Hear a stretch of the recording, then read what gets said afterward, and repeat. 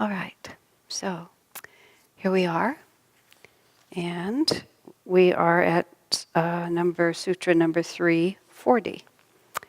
And I understand, Tom, that you have a question. Am I correct in that?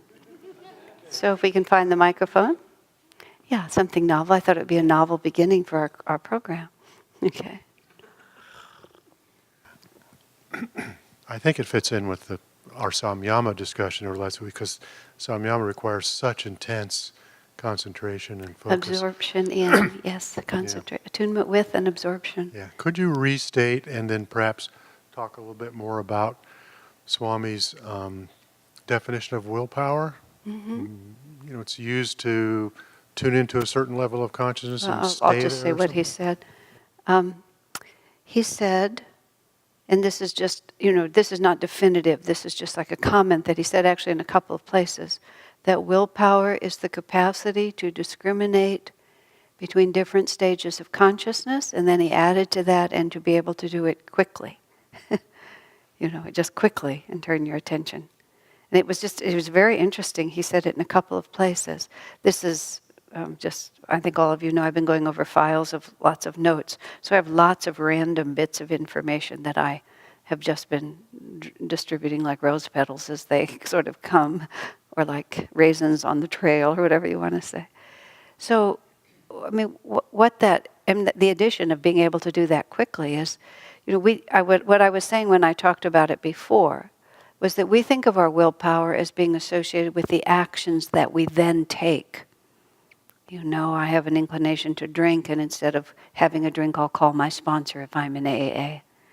And I have an inclination to, sleep too late in the morning, but instead I'll get up and maybe do my sadhana more completely than I would if I slept in a little bit. So that's how we think of willpower.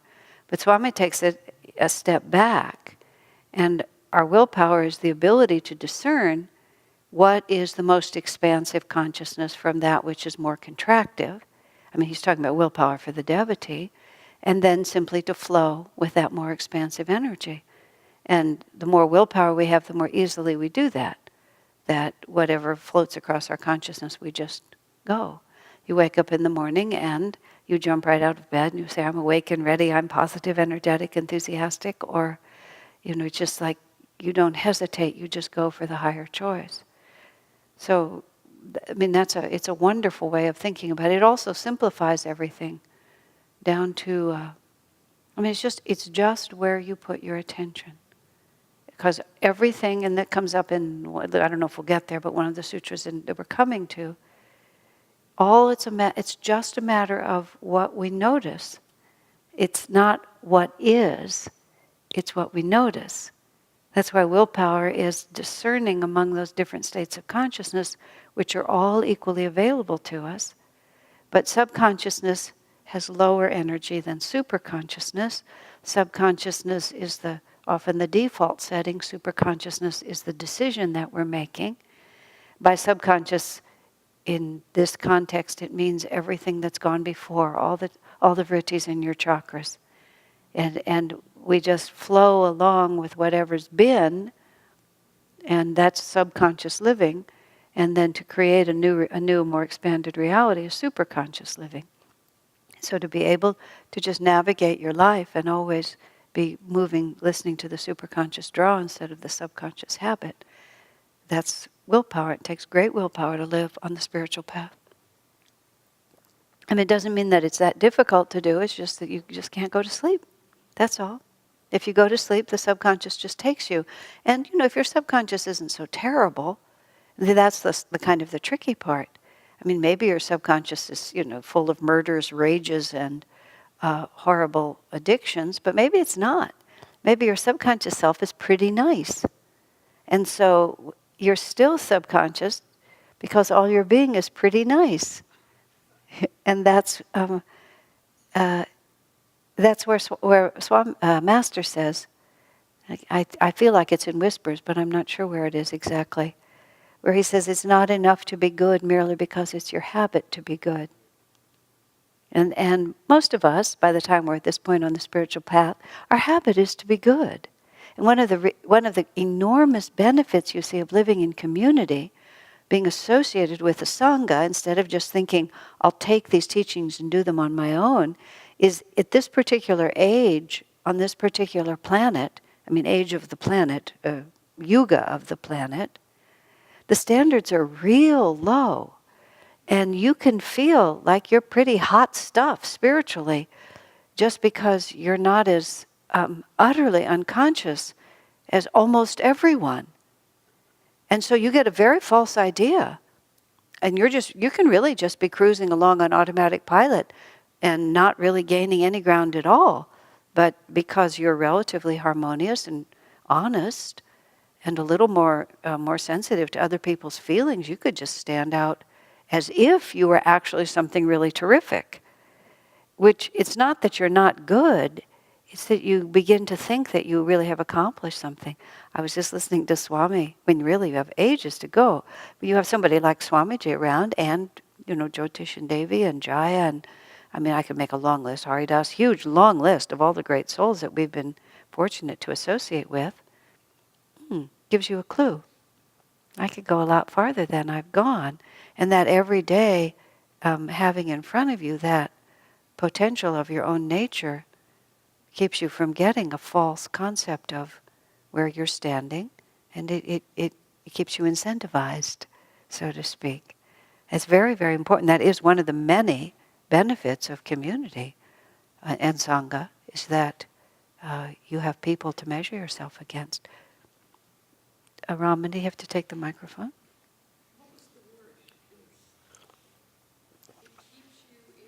Incentivized. Did I make that up? Is that a real word?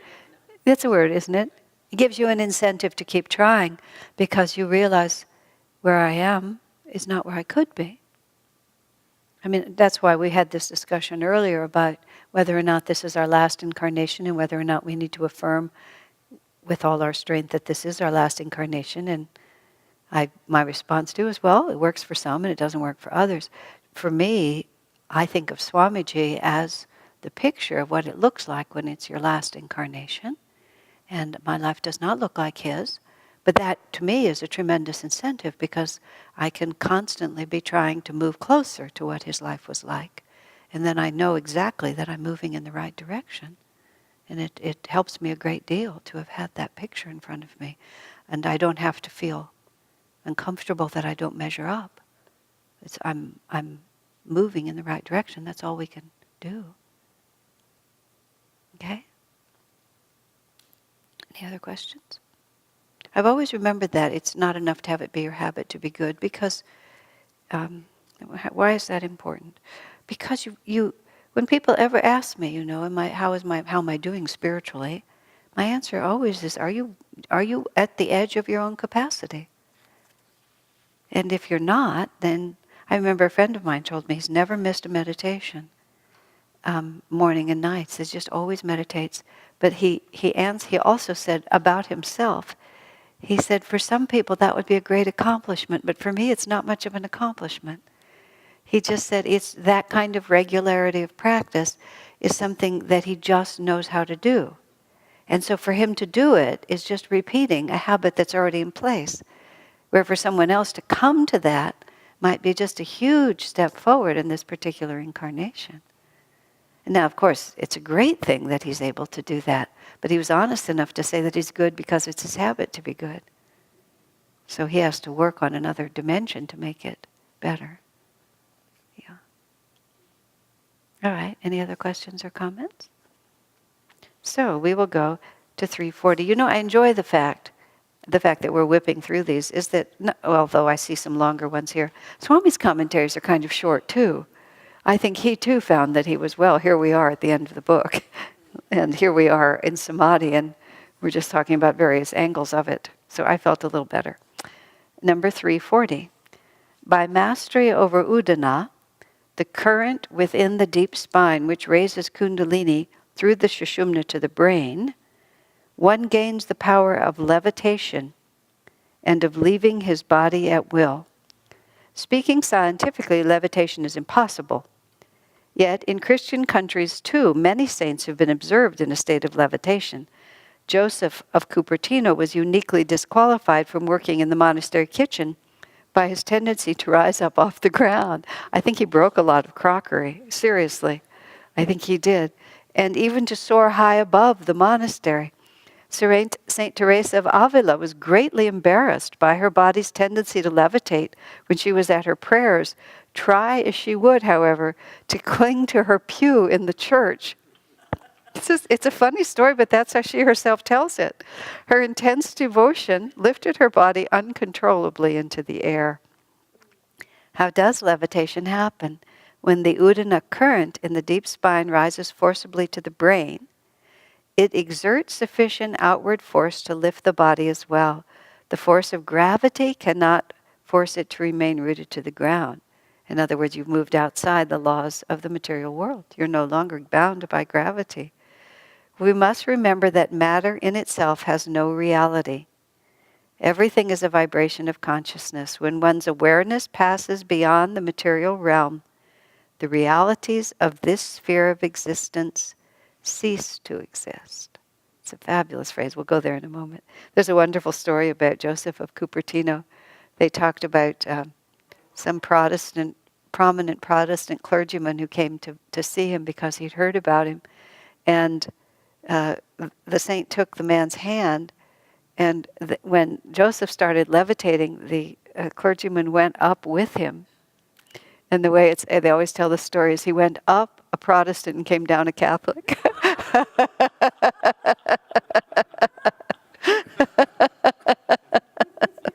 It's one of really the happy stories about that. In the little town of Osimo, close to Assisi, Yeah. in the church in the center of the town, down in the basement. You can visit St. Joseph of Cupertino's body in the basement there. In fact, he was confined to that. He was confined to that basement room for a long time. Am I correct? Yes. On one of the pilgrimages, we went there because he was one of those saints who was so inconvenient for the church, because he did not fit any of their criteria of what made you an important member of the church. He couldn't really do anything. He wasn't a highly literate or highly accomplished or highly anything in any sphere except purely the spiritual, of course. And everyone was flocking to him. And as Swamiji says, when that happens in the Catholic Church, if all priests are supposed to be ordained the same, and if one proves himself to be much more ordained than the others, they have only two choices. One is to ordain everyone at that level, which of course they can't do, or to get rid of the one that's disrupting things, because everybody leaves their churches to go see the saint. So they hide them. So he was put underground meaning in some way basement place, where we went on pilgrimage one of our trips and we visited his little rooms, and it was alive with the spirit. And he had a doll of the baby Jesus, which was his Ishtadeva, which is the baby Jesus, his chosen form of the divine. It was beautiful. If you're ever there and have the chance, it's really worth visiting. Ramani? Mm-hmm. Should we know what the Udana current is? I never heard of it. I never heard of it either. I'd never heard of it, so I can't say. The Udana is the current within the deep spine which raises Kundalini through the shushumna to the brain. There you have it. Okay? It's not been part of the normal teaching of what we hear. We don't hear about it. And I've never been one to explore that kind of esoterica, so I wouldn't be surprised if people other than me know a lot about it, but all we got right now is me, so I can't really say more than that. Okay. This, as we've been doing here, we take these sutras, which in so many ways are beyond certainly my experience, but our everyday experience. But we always find something in it. I mean, just the mere fact that devotion can just move you completely outside the laws even of this world, even the physical laws of this world. I remember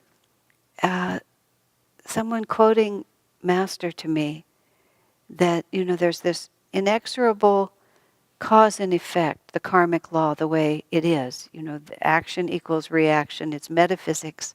But they quoted masters saying, but for devotees it doesn't always work that way. Which I've always remembered that, because the guru can interfere. You know, the guru can take on the karma for us. The guru can dissolve the karma if he wants to. The force may be coming to you, but if guru knows it's not going to serve you to receive it, he'll literally put his vibration between you and it. Just as Swami always describes it, if a strong man takes the blow, he can shield you with his body, and it might not affect him, where if you're smaller, it might crack you. Or it's like an umbrella put up on a rainy day. The rain still falls because it must fall, but if someone puts the umbrella over you, then you're not going to get wet in the same way. So even though all of these laws have to be fulfilled on a certain level, they can just be shifted by the presence of the masters in our lives. In other words, divinity changes everything. I mean, that's what it is when Master had all that suffering on his body at the end of his life. Apparently, you know, he had a great deal of suffering on his body, and he was working out the karma of the disciples. So think about what that means. That means that energy was in motion that was really tied to the ego and the reality of the disciples, but somehow Master was able to pull that energy and take it onto himself instead. And he never explains in detail how this is done, but this is something that highly advanced souls can do.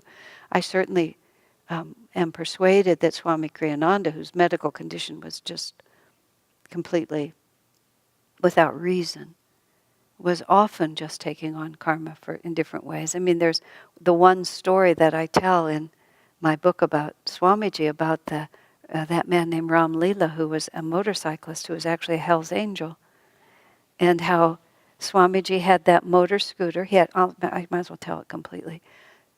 One summer, Swamiji decided that he was going to get a moped to drive around the roads of Ananda, a very small motorized scooter. This was when he was, well, it was in the 70s, so what would he have been in his late 40s? And everyone told him that it was a really bad idea because it was dirt, gravel roads. You know, you had to have some skill with those things. And Swami actually was a good driver and very aware, alert, as you can well imagine. But people thought it was a bad idea, but he absolutely insisted, and he got this little moped. And in the summertime, his costume was Bermuda shorts and Hawaiian shirts. And he would tootle around the community, not a lot, on that moped with his absolutely straight spine like this, and his Hawaiian shirts and his Bermuda shorts. And that was the days long before helmets or anything like that. And he had it for a month or so and drove it some. And then one day he was coming up at that point there was no paved road through Ananda, a village. You had to go around the Ananda property on what was called Sages Road, which was an unpaved road. And there was a steep hill at a certain point. And he was going up that hill, and just as everybody had feared, he slightly lost traction, and the bike began to turn, and it flipped over, and the exhaust pipe laid itself right against his calf. And the exhaust pipe was really hot, and the bike was heavy enough that it stayed there long enough to really do a really serious burn. Fortunately, somebody was driving right behind him, got the bike off of him, got him into the car, and then he went home. And then every amateur healer for 150 miles came and treated the burn until it was infected. Or at least, it's just like everybody was doing something to that. He didn't want to go to the doctor. He just sat there with his foot up in this really ugly thing on his leg for a while. And he was sitting there like that on some afternoon when Ram Leela, who was a devotee there at that time, Ram Leela was a huge, muscular man. He wasn't a tall man, but he was a tremendous muscular man. His biceps were so big that he put his bangle around his neck on a chain because there was no way you could get this bangle enough around his arm to stay on.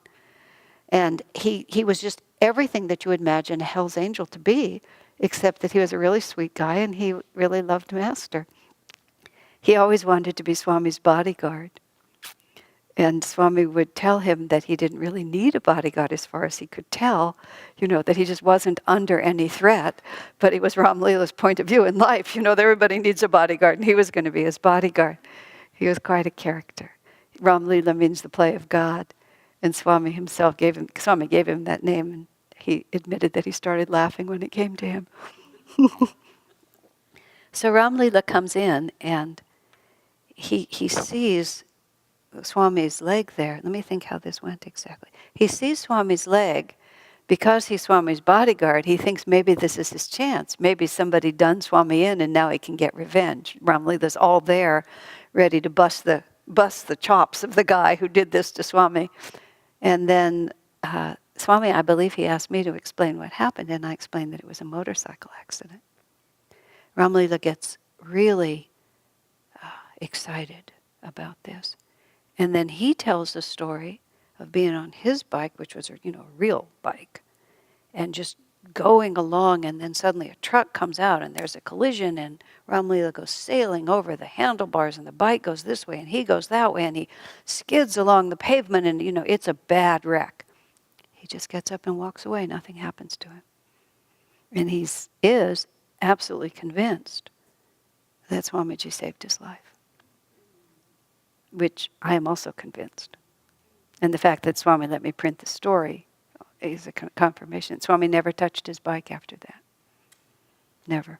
He absolutely insisted that he had to have it. He drove it until he had the accident. And then once he had there was I believe there was synchronicity about the timing. I don't think it was to the minute, but there was synchronicity about the timing. He took the karma, then that was done. Bike was never important again, never mentioned it, it just went away. How do they know? I think with Swamiji, and I presume that this is true for all of these souls, Master writes this in Conversations number 99, this delicate balance between being human and being omniscient. Master actually comments about how it's a little bit hard kind of to do the edge, because Master was saying, you need to tell me important things that are going on with other devotees and so on. And the obvious thing is the devotee said to Master, but don't you know? And then he sort of says, well, God knows, but I don't always know. And then he talks about the difficulties of balancing the two pieces of it. The way Swamiji put it, and very interestingly, and he put it in terms of Swami's own awareness of, he said that the ego is one reality and the soul is another. And the more advanced you become, the more the two simply merge, and the ego is always conscious of what the soul is doing. But often the ego doesn't know what the soul is doing. So the soul is acting on a superconscious level, but the way Master puts it, it's sort of like the ego self, or in Master's case, the individual incarnated self, isn't always paying attention. But it could know, but it chooses not to know. I'm guessing, but it's interesting. The way I watched it with Swami was like this. He did not analyze. And see, most of us analyze. Most of us look at an option, we analyze its potential, we make a decision, and then we go forward. Even if we do that very quickly, we tend to analyze it.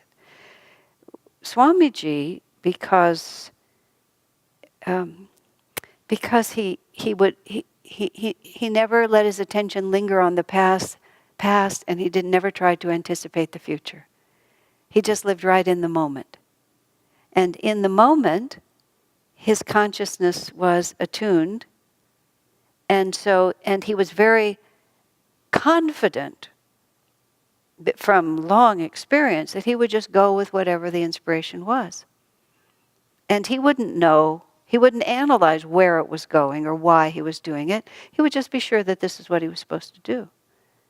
So I'm sure that the impulse to get a moped was just that he needed to get a moped and he needed to drive it. And he didn't need, and it wasn't like some of us would say, well, I don't need to know why, I just know I'm supposed to. Even that thought wouldn't enter, because that would be anticipating the future, second-guessing the past, instead of just flowing with the energy that's right there. And so many, many times when I saw him participate in some really interesting unfoldment, it wouldn't be that he wouldn't know what was going to happen, but he wouldn't, it wasn't, when I asked him once, did you know it was going to work out this way, about something that happened? He says, well, I'm not surprised. Meaning that if the energy, he wasn't surprised as the energy unfolded. but it wasn't like he had it plotted out. You see how different that is? It's a very subtle, but it's one of those things where the difference between affirming an attitude and trying to behave properly and actually having the consciousness. You see that difference? So he just had the consciousness. If Divine Mother tells me to do it, I'll just do it. I don't have to know why. I don't need to know why. It doesn't occur to me to ask why. It's even a further level on it. Whereas in the Festival of Light, when it gets to be night and the little bird can no longer see and understand what it's doing, it asks the desperate question, how can I fly in this darkness? And to me that always means, how can I just trust this moment? Don't I need to know where I'm going and what's happening? But if you're really in the spirit, there is no other moment. There's really just this moment. Dave Bingham is making a video for the Moksha Mandir weekend, and he called and just asked, he's asking a few people to just give a very brief summary of something unique about Swami. I've given him several, but I've forgotten about this one. This was one, I wanted to speak of this one. You know, how completely he lived in the now, and how so much of what he was able to do was because he was so completely in the now. And therefore he could see solutions when no one else could see solutions, because we were influenced by the past and anticipating the future, and therefore often really missed just the beam of intuition that's just right in that moment. Now that was all about taking karma, which is really what I was really wanting to say, because this is about how everything is vibrations and nothing actually is what it seems. Which to me is an extremely powerful thought, because whenever we get caught emotionally, mentally, spiritually, and we have this idea that what we just experienced actually exists. And we bind ourselves. Do you understand? We bind ourselves by thinking that there is an actual form to something, and therefore that form binds us. I'm upset about this. My feelings have been hurt. My attachments have been disappointed. My loved ones have not behaved in a certain way. Naturally, I feel upset. It's only natural that I feel upset, and it may only be natural that you feel upset. But upset doesn't exist. It's just a vibration. And that vibration could be just shifted by the slightest turn of your attention. For one thing, it only exists because you're concentrating on it. As soon as you're concentrating on something else, I mean, it is the strangest thing, isn't it? When your own vibration shifts, you're sad, and then you're fine. And then, wow, you're sad again. And I often say to myself, where did that come from? And I can reason it out. There's a vritti in the chakra and so on. But why didn't I notice it a minute ago? Well, because my astrology is, but it still is not really there. And the levitating of the saints, and Swami explains it with the Udana current, but the levitating of the saints is just showing us that nothing is this world that we think has to be this certain way. Devotion just cuts across all of it. We attach ourselves to another reality, and everything, even gravity, which is one of the most fundamental realities, supposedly, of this planet, it's powerless against devotion. Everything is powerless against devotion. Fascinating, isn't it? Any questions or comments? I recently discovered the writing or the story of a woman who lived through. She was a Jewish woman in Amsterdam who was killed by the Nazis, and her name is Edie Helsham or something like that. And I'd never even heard of her before. She published extensive diaries and extensive letters. I think that would be too much to read. I found a summary of her life, a life unfinished or an unfinished life or something. I can't remember the name of it. But she was a highly intellectual person. And basically her writing span about 2 years, when she was about 27 until she was 29, and she died when she was 29. But she completely on her own, without any help from anywhere, just discovered, well, that's not true, she had a mentor, but she discovered Sanatana Dharma. She discovered the presence of God within. She discovered meditation. She discovered her own reality and had navigated in an extremely interesting way through those horrible years and to her death. But what she began to understand, this is the way she put it, she said, everybody is trying to save their diamonds, their furs, their furniture, and their bodies. She said they don't understand that all of those are just empty shells, and the only thing that you really have is the presence of God within you, which nothing can take away from you. And that she was trying to, she wasn't proselytizing because she was mostly writing, but she was trying to help people around her to save the only thing that mattered, which was that we are a temple of the divine. And if we save the divine, we've saved everything, whether we live or die. It's very, very, very interesting. Extremely different. Yeah. Eddie Hellstrom, something like that. And the book is called A Life Something or Another. I believe if you tried to read the collection of her letters, it would be too much. Yeah, I took the summary, and the summary has been quite interesting. And she writes, she was Jewish, she was a completely non-practicing Jew, no relation to religion at all, really. She becomes devoted to Jesus, to the New Testament, but all from the Sanatana Dharma point of view. Just discovered it. And so then this whole experience of, these terrifying, horrible years and all the suffering that everybody goes through and ultimately her own death becomes for her just a practice in not letting go of the only reality there is. Was she in a concentration? So, number 341, mastery over the samana, balancing energy in the body, gives off a bright radiance. A disciple of Swami Muktananda, a well-known yogi in India, told me that he had left his guru one evening and was walking down a dark road. His guru sent a blazing light from his body that made the way clear for him as long as he needed it. That's why in higher ages there's not much stuff. Who needs stuff? Who needs a flashlight or a little phone with a flashlight app on it? You just turn on the light. It is well known, of course, that saints have a bright aura of light around them. They can also control this emanation. Yogananda met a wandering sadhu, Karapatri, at the Kumbh Mela in 1936. Years later, he told us, I hid from him. Yogananda said, I hid from him so that Karapatri might speak freely. His meaning was that he had withdrawn his aura so that Karapatri, I don't have my glasses on, so that Karapatri would consider him an ordinary seeker. Wow. There's an amazing story about Ramakrishna. At a certain point in Ramakrishna's life, because of his enormous spirituality, his skin began to glow golden.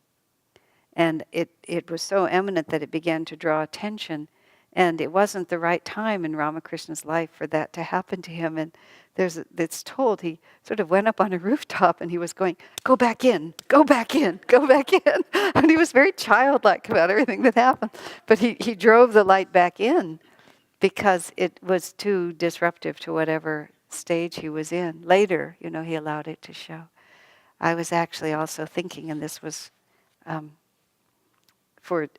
also for Dave Bingham, but this is something I thought about a lot. People often ask me, because I knew Swami for so long, if at the end of his life he was different than he was at the beginning of his life. One of the things when I wrote the book, Swami Kriyananda as We Have Known Him, and I thought I was going to write a conventional biography, starting at the beginning and going to the end, and I was having trouble doing that, and then I thought maybe I'd try to put myself in the story somehow, but what I was explaining to people was there was no plot, because my relationship with Swamiji was formed in less than a minute, and my perception of Swami took no time either. It just happened. There it was. It was fully formed. So that's in fact exactly how Swami felt about Master. But there was I couldn't tell a long story of learning anything, because there was nothing. like that. So at the end, the last years of Swami's life, when his manner became so different, people often ask me if he was different than he was when I first met him, and I said no, because the consciousness that I perceived it immediately, and I perceived it all the way through. I said Swami's expression of his own consciousness, though, has radically changed. Because during many of those years, 35 of 40 or 40 of 45, Swamiji kept it all very much inside. He had a tremendous amount of work to do, and he had to really concentrate on that work. He was very intent on not playing the guru game.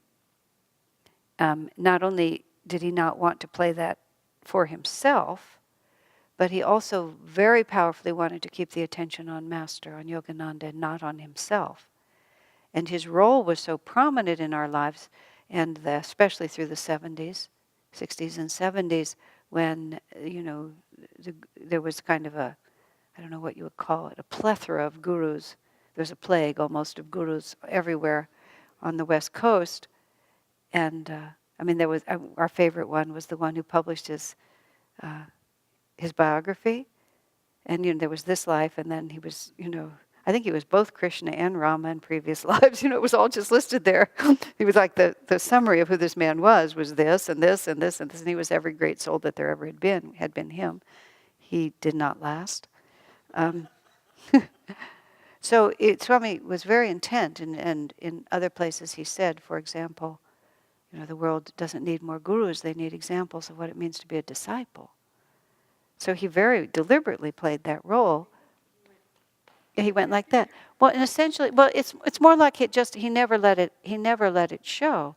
And if you think about it, he rarely, at the end of his life, literally, he would just say Master's name and he would weep. And he would just tell us over and over again about how he met Master and what it meant to him. He gave up any effort to pay attention to anything else. But all those years prior to that, he did many, many, many other things because that was the appropriate expression for that time. So it would be easy to imagine that his consciousness shifted. And so this was my experience. Because I had to answer honestly, I just said, well, I've experienced him the same all the way through. So actually I asked Swamiji, because I get to do that sometimes. I got to do that sometimes. People ask me this.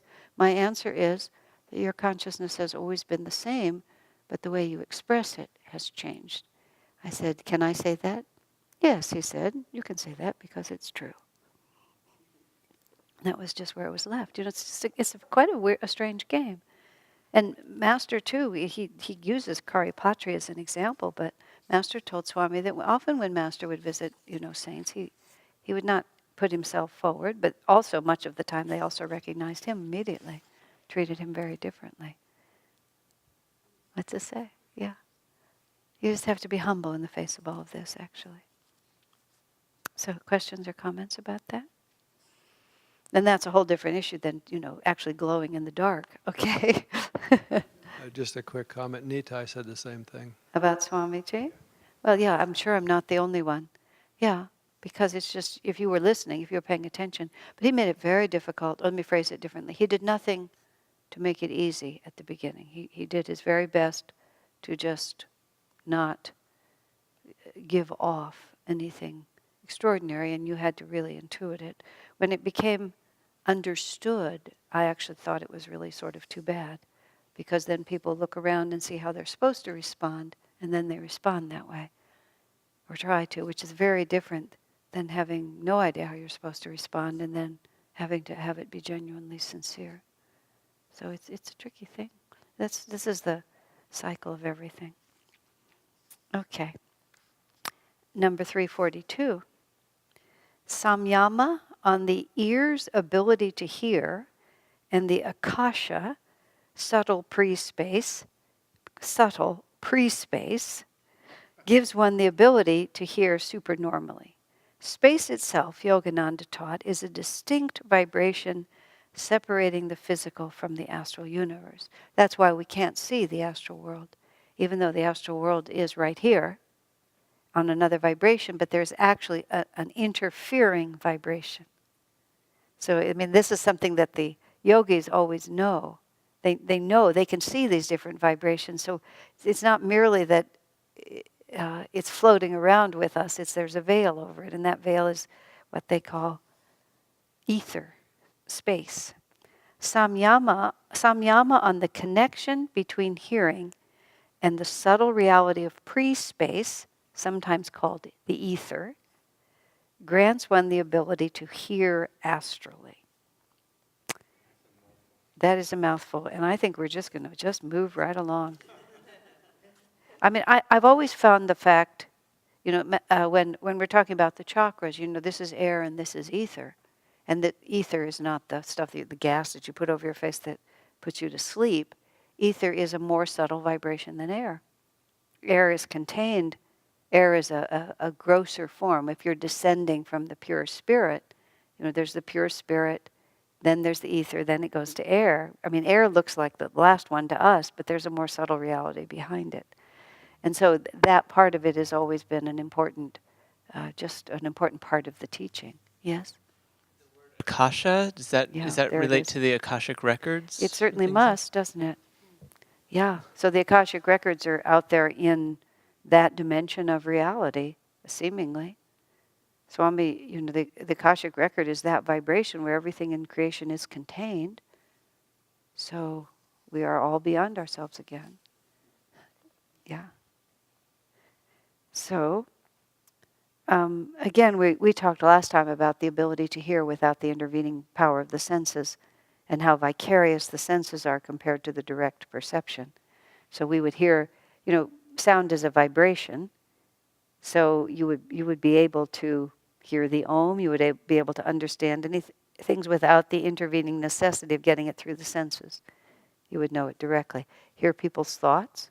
If you're hearing people's thoughts, there's no intervening their thoughts do not go through the ear and then go to the brain. Somehow you're hearing it directly, aren't you? That would be people talk about, I can hear your thoughts. Or I remember Swamiji, once when I was, when Seva and I were there one evening, and I moved into an uncharacteristically silent place within myself. My little squirrel brain actually just shut off briefly. And Swami was sitting talking to Seva, and I was out of sight behind him. And he suddenly said, without looking around, Asha, are you still in the room? I said, yes, sir, I'm back here. He said, why don't I feel your mind? I said, because it's uncharacteristically silent. And he sort of went like this. Oh, yes, there you are, he said. And he never turned around. He just, and it was right. He was right. My normal vibration was not in the room. What is he responding to? It's very interesting. But that's the kind of thing he's talking about, where you can hear, feel, without having to go through the senses. It's all direct. You're directly experiencing the vibrations. And we actually do that a lot more than we know. It's just that we don't think about it while it's happening. You Yeah. remember how you tell the story of after some number of years or decades with Swami, you thanked him for never commenting on your age. Never using it also to say the obvious, which is, you inexperienced little twit, why are you bothering to express your opinion? Yes. And he said, I never noticed. I never noticed. I told, he never, ever, ever, he certainly never commented, but he never seemed to discern the difference between us chronologically, or experience for that matter, of course. And that was when I thanked him. And then he said, I never noticed. I don't think of people as their age. What's your body? What is your body? It has nothing to do with your actual anything. He always would just respond, he said even children, just respond to the vibration of their consciousness. And respond therefore appropriately, which he always was, but not based on anything chronological. I had another thought in that. Let me see if I can remember what it was. Where were we before about ears and thoughts? Oh, because I had the unpleasant experience of being in a deposition in the course of the lawsuits, the SRF, the Ananda SRF lawsuits, and our lawyer trained us how to take a deposition, which is in a deposition you are required to answer the questions that you're asked, but you're not required to answer the questions that they should have asked. You're only required to respond to exactly what they ask you. And of course, there are many famous examples of how people really misuse this, but when you're defending yourself and you don't want to help them, if they don't know it, it's their problem. It's not your obligation to tell them. So you have to learn to listen to their words, which it wasn't, once I got the hang of it, it wasn't that difficult for me to do, but it was amazing. It was an amazingly instructive experience because I realized how much of communication is not at all in the words. There's an enormous transfer of information, of intention, of consciousness, and we're constantly responding to that, thinking that we're responding to the words, but we're not really. So when I was, instructed on penalty of our lawyer stepping on my foot under the table, to really hear what he'd ask and only answer that. I mean, of course, communication went to a hair's width. It was fascinating to see it. And only a weird situation like that will really bring it out. But because it did, you really saw what was going on. That's where Sri Yukteswar said, try to discern behind the confusion of men's verbiage what it is that they're really saying to you. I've had friends one friend in particular who shall remain nameless, for whom English was really not their native language. But the problem was they didn't really have one. And that person would actually literally just sometimes use the opposite words of what they meant. But I had such an intuitive connection that they would just say the opposite words, and I knew what they meant. Because it just was bothersome to put thoughts into word for that particular dear soul. So they would just put random words out there, and then that would be it. This is one more story, only peripherally related. This was an example of the subconscious. Many of you know that for 5 years here, I worked, I think it was 5 whole years. I did the costumes for the school plays, which I absolutely loved with an undying passion. I loved doing it. But it was 6 weeks of solid, unrelenting work. And it just was more than I really should be doing, so I had to withdraw from it. But during the time that I was doing it, I thought that everyone else found it as fascinating as I did. And I tried the patience of my friends by talking about it a lot and describing to them minute details and small solutions I'd found to problems they weren't the least bit interested in. And it was my constant conversation. I would just wait for a break in the action so I could tell them about the jewels I put on the crown and the trim I put on the shirts. And it got to be kind of a joke. And people really didn't want to hear, and they made it clear that they didn't want to hear. So I was sitting somewhere once in the middle of a play season, just holding myself in with everything I had, and somehow the room started teasing me. People in the room started teasing me, and they went on for quite some time about my obsession and their disinclination and so on, and I took it all in good spirit. But when they finished, my subconscious mind, this is what my subconscious mind fed me. They're all talking about costumes. Let me tell them. And I almost started to tell them some obscure fact that they were not slightly interested in. Because all that I had heard, because I had just filtered it through my own desires, all that I had heard was that they were talking about the subject. And I was like there before everything caught up with itself. I mean, is it any wonder that communication is so impossible? Well, let's take a break. So we move into 343. Samyama on the relationship between the physical body and pre-space, ether, gives the body the lightness of cotton fiber. The common expression today is the lightness of a feather, and makes it possible to travel astrally. It is well for every devotee, regardless of whatever powers he may develop, to meditate on the non-existence of his body except as thought. One benefit to him will be that both physical and emotional pain will affect him much less, or indeed not at all. As for the ability to fly, levitate, or travel in his astral body, many accounts from the lives of saints testify to this ability. Once when I pleaded with Anandamoyi Ma to come to America, she replied, "I am there already." Either she was referring to her spiritual omnipresence, the more likely explanation, or to her ability to move about astrally.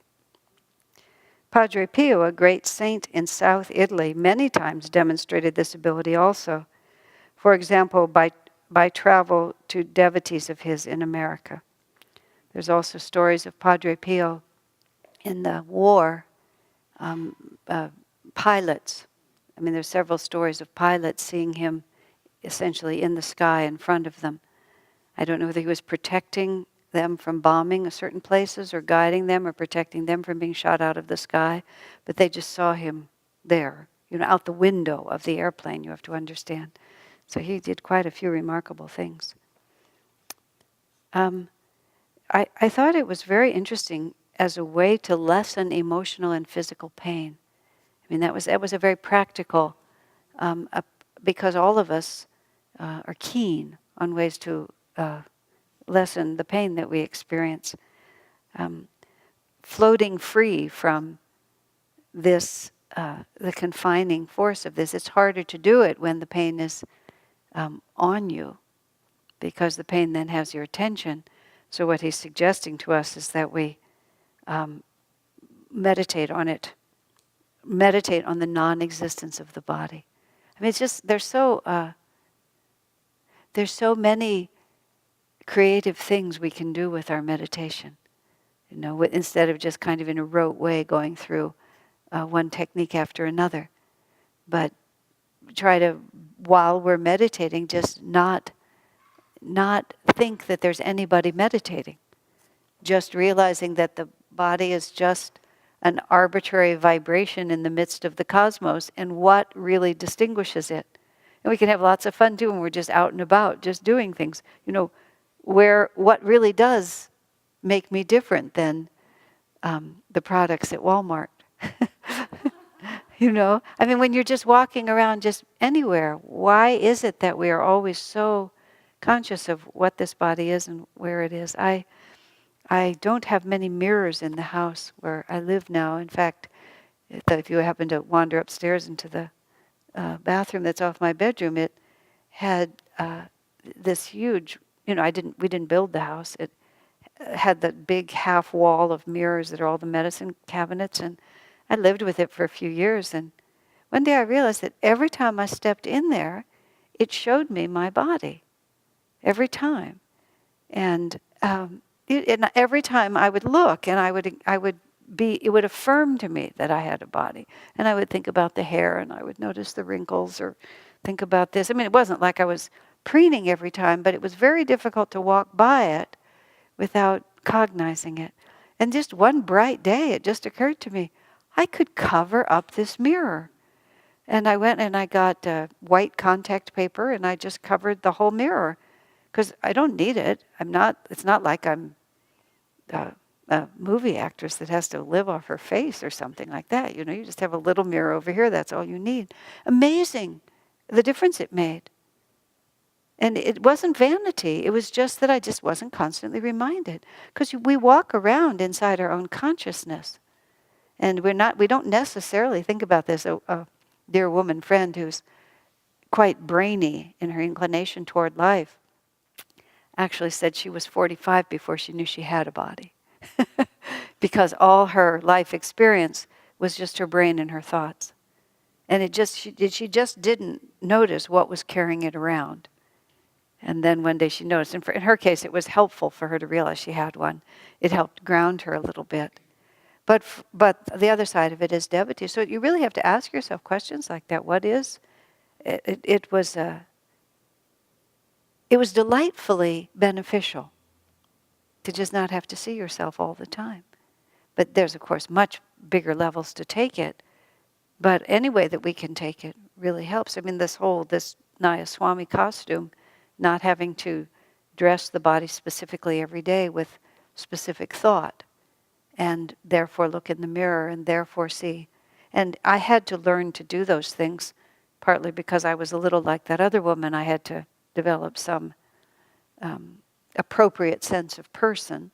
Plus, for the first decades when we were living here and we were trying to persuade people of the dignity of this teaching, it was simply necessary to maintain a certain level. But 5 or 6 years ago, whenever it was, when we started being able to be sannyasis and to dress in the little uniform, I realized, I was just thinking about this very recently. Somehow it's really finally, I have sufficient numbers of clothes, comfortable clothes that I don't have to think about, that I really go many days without cognizing the fact that I've had to dress myself. And of course, that's one of the many advantages, and that's why religious orders often do this. It just doesn't, it's just one more way that you can let it go. I'm not saying that you ought to. Before we became sannyasis, I used to see Vanamali Devi, who's this wonderful spiritual woman from Rishikesh, and she declared herself devotee of Krishna and put on these lavenderish clothes, lavender color clothes, Krishna's color, and just started wearing her own uniform. And I often thought to myself whether I could do that before the sannyas vow came. But it wasn't sincere. That's what I decided. If I had done it, it would have been affected. It wasn't like a spontaneous expression of my nature, because I really liked my clothes and I really enjoyed that opportunity. And if I had forced myself against it, it just wouldn't have worked. But nonetheless, when the opportunity came, so that's small, but not really, depending on who you are, whether that's small or not. But in every way that you can think of that is not, now you have to realize this, you have to maintain dignity, you have to maintain consideration for the people who have to look at you, which is a really big thing. You have to respect our position as disciples of Master, that we're representing him. You have to respect the society we live in. And there was a point where Swamiji traded in his really old and clunky car for a better car, because he said basically if we look too poor, people will think there's something wrong with our teaching. And so we have to impersonally assess our own position in this. But the more that we can just move through the world without attaching ourselves to this force, this body that we live in, and the more when we meditate and you begin to feel a little freedom. Master has all different visualizations for just dissolving the body and seeing yourself as just a little dot floating. Some of the death and return stories are so interesting. I don't remember which one. It might have been that doctor who died, the one who was hooked up in the ICU for 7 days while he was gone and completely brain dead. But somebody was trying to explain what it was like to be conscious in an infinite void and have no physical reality at all. And they were trying very hard in the words to explain. He was moving through something that had no dimensions. He was completely there and himself, but he wasn't wearing any garment. And the garment meaning a physical body. There was no physical reality to him. He was just a pinpoint of consciousness. It's really fascinating to just imagine that. And sometimes, in meditation, you begin to move into that. You realize that you haven't cognized your edges. You're just somewhere floating out there. You're just the energy going into the spiritual eye or whatever it might be. And Master encourages us, Swamiji encourages us to just go there as much as we can and see where it can take us. Okay? Any comments or thoughts? Okay, number 344. By Samyama on the vrittis, the eddies of attachment and desire that are external to the body, bodilessness is attained, and the veil over the light of the self is removed. In seeing the subtle relationship between that which is beyond the body and the body itself, one loses consciousness of the body. I can't really go there very far with any of this. But I did hear attachment and desire.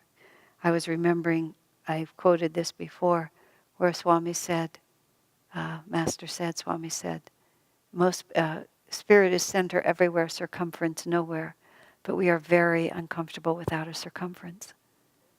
So we create a circumference, and that circumference that we create, bodily identification, and then we create all these vrittis of attachment and desire. And what do those do? They create limitations to our consciousness, don't they? You know, this is what I'm attached to, this is who I am, this is what I desire, and all of a sudden that, you know, undefined flow of consciousness now has points that it can grip. And it's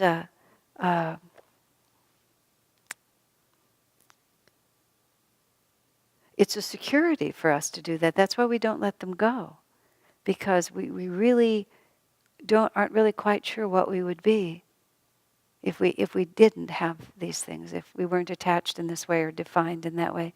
Say again? The unknown. And it's not like that is a conscious thought. Oh, you know, I better love my coffee or love my pets or love my garden or love my house because otherwise I'll become infinite. It's not that kind of, I mean, actually, the masters do that. Swamiji said Master collected umbrellas and opals and canes. And when Ramakrishna, sometimes as he was coming out of very high states of consciousness, he would want a hookah to smoke because they were just trying to do something to hold their bodies to this world. They were trying to find things to attach themselves to so they could remember who they were and what they were supposed to be doing. For us, it's, you know, there's very deep-seated fears that are moving us all the time. You know, fear of loss, fear of disappointment, attachment to this and that. And so we do continually hold these things because we're really not comfortable with the idea of not being defined by anything. That's the story of the disciple trying to get Master to give him superconsciousness, samadhi, and finally Master offered, but could you really take it? No, sir, I don't think I could. And Rajasi said to someone, if I gave you that kind of freedom, you wouldn't be able to bear the consciousness you're normally in. But for most of us, we're used to this. It's familiar. And we're comfortable with it, and the unknown is not that attracted to us. Theoretically, yes. But in actuality, what would we really do? If we couldn't have, if I wasn't this, who would I really be? I've been very conscious of the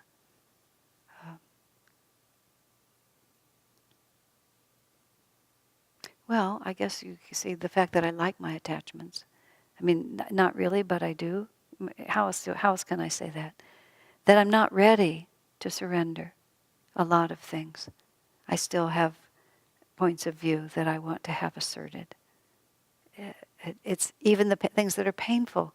You don't really want to let them go. What would I become if I didn't have this anymore? I know it's a stage of grief that people talk about. Woman whose husband died. You know, she reached that point where if she stopped grieving, then he would be gone. It's a very commonly documented thought. If I really let go and just get happy again, then it's over. And so that's what I meant by there's a certain attachment to it. If I really just let go of this resentment, this means nobody's ever going to make it up to me. That's the one that I sort of saw. Oh, as long as I keep demanding an apology from the universe for God knows what wrongs were done to me and who knows when, then maybe I'll still get it. But if I really just let it go, then I'm never going to get it. It's over. I'm going to have to just expand. It does, but it's odd how we don't do it. But he says, just meditate on the fact that none of this really exists. See where it goes. Yes. Remember how Gyanamata talked about how she had to give up everything, even even those that harmed no one, even those things that were mine by right. All of those had to be relinquished too. She might be, but she's also Who knows what she's talking about? She's talking about everything. Attitudes, self-definitions, expectations, everything. Yeah, and so it's easier to start with not being a body. in many ways, and then you have to realize I'm not my thoughts. And here it is, by samyamas on the vrittis, the eddies of attachment and desire that are external to the body, meaning that are not, that are yet a separate reality. Bodilessness is attained. I suppose that because the connection between the two is broken. Yes. I wonder if, how Samyama started after Samadhi. And Reminding us, yeah. I'm beginning to think that perhaps one thing that Patanjali's doing here, he's leading someone who's got to Samadhi. He's leading him through. Yeah, exactly. No, he's finishing the job. That's why we're doing this, so that when we need this, we'll remember that we know it. Number 345. By samyama on the gross and subtle elements of the body and on their essence and correlative purpose, one can master those elements. And Swami does not bother to comment, so I won't either. 346. From this realization comes power over the animating principle and other siddhis, powers or perfections, bodily perfection and non-obstruction to the body's function, which is to say the eradication of all illness or disease. The siddhis are listed as 8 in number. Anima, the power to become very small. Mahima, to become very large. Laghima, very light. Garima, very heavy. Prapti, the power to reach anywhere, even to the moon, and to pass unobstructed through anything. Prakamya, the power to have any wish fulfilled. Isatva, the power to create. Vasitva, the ability to control everything. Oh my gosh. One can have developed all the 8 siddhis, however, and still not have achieved final freedom in God. They are a temptation for the ego. Yogananda told the story of Baba Goraknath, a famous saint in northern India whose spiritual power enabled him to live for 300 years. When it was time for him to leave his body, he wanted to pass these powers on to a worthy recipient. And through the spiritual eye saw a young man seated in lotus posture on the banks of the Ganges. He materialized before this youth and solemnly announced, "I am Baba Goraknath." Goraknath was very well known in his times. His manifestation might have stricken the much younger man with awe. It did not do so, however. "So," he replied, the young man said, "What may I do for you?" And then the Baba answers, "Over a period of 300 years, I have developed all the 8 siddhis of Patanjali." Now you see, here's a very great saint. He's been reading Patanjali. He recognizes, this is an answer to sort of Patanjali's, it was his guidebook. "I have seen that the time has come for me to leave this body. I have also seen that you are a worthy recipient of these powers." Now, how do you think about this? "I have condensed their essence into 8 pellets of mud. You have but to hold these pellets in your right hand and meditate on their essence, and those powers will become absorbed into your being." The young man says, "Are these mine to do with as I wish?" Baba says, "Yes, I have given them to you. I have no further use for them." The young man threw all the 8 pellets into the river, where they dissolved and disappeared. Then Baba says, "What have you done? You have destroyed the fruit of my labors over 300 years. This is the weirdest story. "In delusion still, Baba Goraknath?" demanded the young man. In that moment, Baba realized his great mistake and achieved complete soul freedom. My little handwritten note is, what a weird world. I mean, what a story. Every aspect of that story is just really odd, isn't it? There he was, 300 years. He wasn't liberated, but he was so advanced. All of the sutras of Patanjali were fulfilling themselves in him. He was reading it and recognizing it. He wasn't guessing at it. He wasn't having an intellectual discussion. He just saw that, yes, I do this and this happens and I'm doing that and that happens. And he has this little list. It's all there. Now, how does all that get into 8 pellets of mud? You know, and then when that mud is being thrown into the river, is Baba losing the powers when they're thrown into the river? Is he just feeling that he's squandering them? And then all of a sudden the whole thing shifts and he realizes, oh, that's not really what realization was all about. I mean, it's an incredible story. Don't you just love India? Just where things like this are told and retold and everybody gets to dwell on what the possibilities of this are. Marcel Vogel, who was a very far out guy that was a friend of Swamiji's and a friend of Ananda for a while. Marcel was really a lot into crystals and things like that. This is in the 50s, the 60s and the 70s. And he had an arrangement with IBM. He was an employee of IBM. They paid him to think. And the only condition of his employment was whatever he invented, they owned. And that was his job. And so he was very far out and he invented many things and worked perfectly for him because then he was just paid to be creative and to be imaginative and they got the benefit and he got the freedom in his life. That was really his job. And he would have many visions and he did a lot with crystals. I don't have any practical ideas, but of course you can guess in this valley what kind of work he might have done. But he would have visions of things and he would see things a lot. And apparently they discovered somewhere some pieces of crystal that are carved into skulls. These are famous finds, they're ancient finds. And Marcel claims that when he held one of those skulls, which he was able to do, he had a vision of the whole thing and what it was about. And he went back, it was back in Atlantis or one of those very advanced Satya Yuga age. And he said, this is how education took place. And he saw this picture. There was a temple or something like that. And an old man came in and everything in his consciousness was transferred into the skull. And then a young person came in and everything that was in the crystal was transferred into the young person. And that was education. Just a completely, you know, and that's a little bit of what's being described here. How can that kind of achievement be put into pellets and then you hold it in your hand? I don't have any way to say it except there it is. That's the story. And so every piece of it must have some truth to it. So it makes us humble, makes me humble, makes me real humble, gives me a little bit of this power to become really, really small, whichever it was. But also,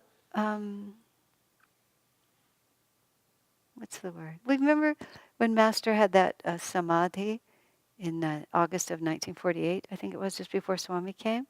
And he for 3 days, he was with Divine Mother and she took him all over the cosmos. And Master was speaking in there was a conversation between himself and Divine Mother, and the people who were sitting with Master could hear both sides of it. And she took him all around, and Master said, "Oh, so that's how you do it." Can you imagine? She was revealing the secrets of the cosmos, and he was interested. So I think it's a very joyous thing to contemplate, actually, just how many mysteries there are, and how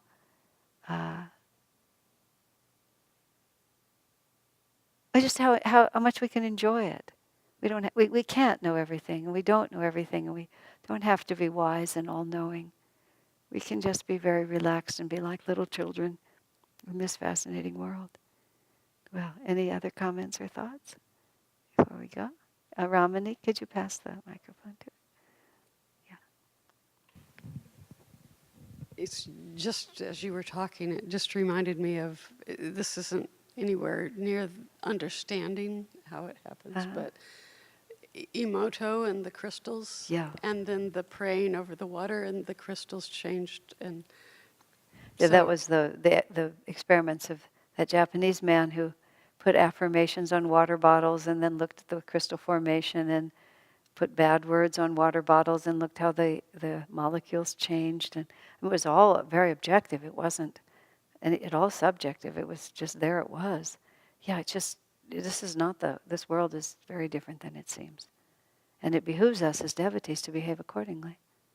Just as simple as that. You're always in the presence of God, and everything in front of you is a manifestation of the Spirit. And we have to behave appropriately, but also accordingly. Wow. Okay, that's it, great souls.